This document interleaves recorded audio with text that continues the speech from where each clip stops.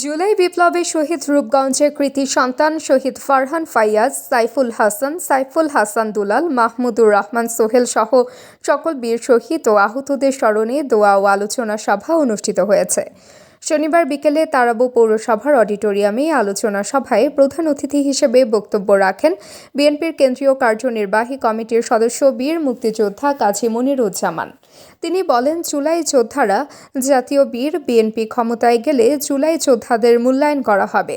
কাজী মনির আরও বলেন, আমরা মাঠে আছি, আমরা লড়ব, আমরা হারব না। নির্বাচন পেছানোর ষড়যন্ত্র চলছে। অনুষ্ঠানে আরও বক্তব্য রাখেন শহীদ ফারহান ফাইয়াজের পিতা আলহাজ শহীদুল ইসলাম, নারায়ণগঞ্জ জেলা বিএনপির সাবেক ভারপ্রাপ্ত আহ্বায়ক আলহাজ নাসির উদ্দিন, তারাবো পৌর যুবদলের সদস্য সচিব কাজী আহাদ।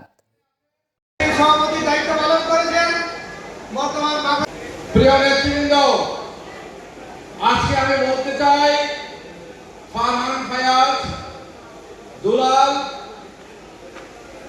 এবং সোহেল, এর মধ্যে আমার মনে হয় সর্বকনিষ্ঠ হবে ফারহান ফায়াজ।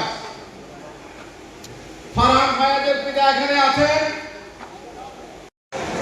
শহীদদের স্মরণে শহীদ ফারহান ফায়াজ সন্তান শহীদ ফারহান ফায়াজের পিতা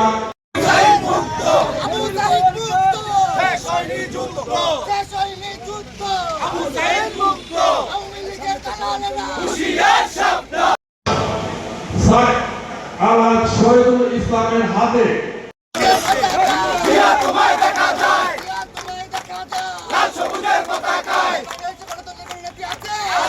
তাবাসসুম হক আনিকা, দৈনিক আজকের বাংলা।